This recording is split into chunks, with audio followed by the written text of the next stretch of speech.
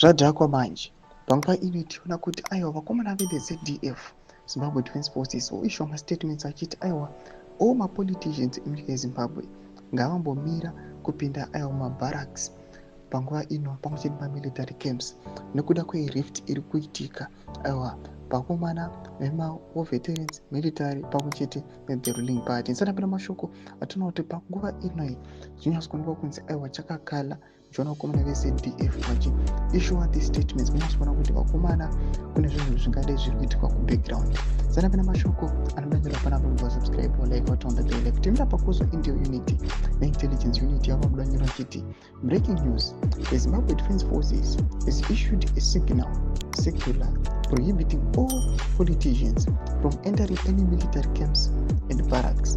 This comes as the political situation in the country is now tense due to fictional fights. The reason for the prohibition is not yet known.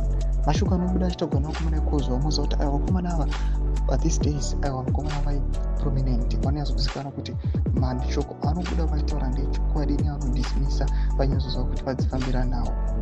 Kuuya kwava kutaura pamusoro pesecular aiwa vari kuseculata panapa ichitopa mapoliticians kuti vasapinda mumabarracks. Ndinatsokuonekwa kunzi aiwa nyika inokwanisa yava embroiled aiwa muanother environment kana kuti atmosphere yemilitary coup yakamboitika makore apfuura muna 2017 paimba pationa kuti aiwa mawo veterans panapa vachiataka the leadership pamwe chete nevamwe mamembers of the ruling party ZANU-PF vachionekwa kunzi aiwa they are joining vachida kustopa vakomana kuda kuamenda the constitution.